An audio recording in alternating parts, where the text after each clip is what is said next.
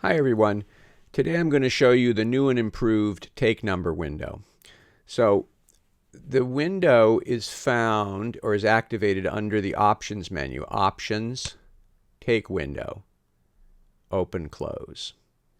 So that's we can do that with a keystroke or with the command. So we do open, close, and there's the take number window. Shows me I've got currently 2 takes. And that automatically updates every time you record a new take. So in other words, if I click the button here and I record a new take, now it tells me I have 3 takes. Now, I have 2 projects open here. This is an 8-channel project with a live mix, and then I have a 6-channel one. If I switch over to the 6-channel one, watch what happens. Now you see the take number window is in a different place and it's a different size, and it tells you that there's 10 takes in this particular project. You see the last take here was 10. Same thing here. If I arm for record and I record a new take, that updates to 11. And if I tab over to the other project tab, again it goes back. Notice they're in a totally different position, different size. Now you can set the initial default size when one of these is created. You can then move them around and it'll maintain its position and size wherever you put it. So I can drag a corner here, resize this any way I like, make it as big or as small as I want. I can put it anywhere I want.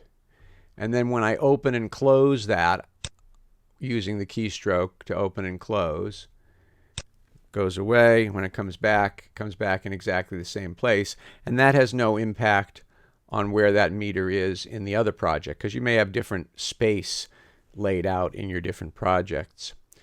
Now, when you first create it, you can set the location where it should be created by default. So there's 9 choices here: top left, top center, top right, left, center, right, bottom left, center, bottom right. The initial default that I have set is bottom right.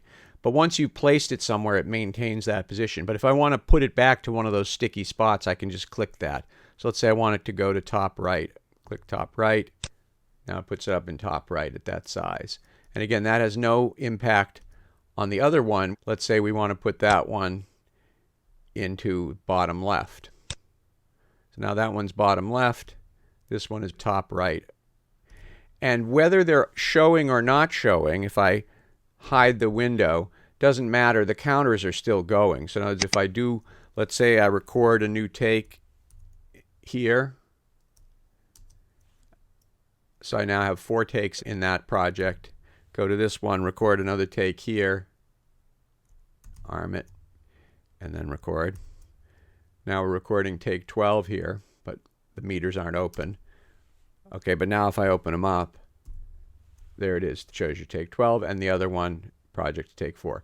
So it keeps track of your take count, and the position and size you put it in is maintained, and you can easily snap it to any one of the 9 positions. There's another nice feature for take numbers. You can reset your take numbers to overwrite previous takes. So if I want to do that, I come into play record, go to take number here. That's currently 4. That's the last recorded take. But if, let's say, take 4 was junk and I want to record over it, then I set this back to 3. It'll warn me take 4 is going to be overwritten when you record the next take. But now you'll see the meter says 3, which is also letting you know it's about to overwrite this. Now, the interesting thing is it'll overwrite it, but it won't get rid of the item. So the item waveform will update. So watch, I'll arm for record. I'll record a new take. So now it's recording. When I armed, it recounted. So let's do it again. Set it back to 4. And immediately record now. Now it warns me again, I'm going to overwrite take 5. Say yes. So now it's recording a new take here. And that's now take 5. And this is also take 5, but it's already updated the waveform here. So it's 2 items that are copies of the same take. You can get rid of that one. If you want to go back and just replace one of your takes earlier, you can set it back briefly, overwrite it, and then do it again. So let's say I want to overwrite take 3, but not 4 and 5. So then what I would do is I would set the take counter back to 2, so that then it's going to overwrite take 3. It'll warn you. Hit record. So now I'm overwriting take 3. There's a new take 3. Stop. Notice it updated the waveform up here as well. So I've got a new take 3. Now I could set it back to take 5, or if I disarm and rearm, it'll count the takes automatically. So if I disarm and rearm, see, it says you've got 5 takes in there.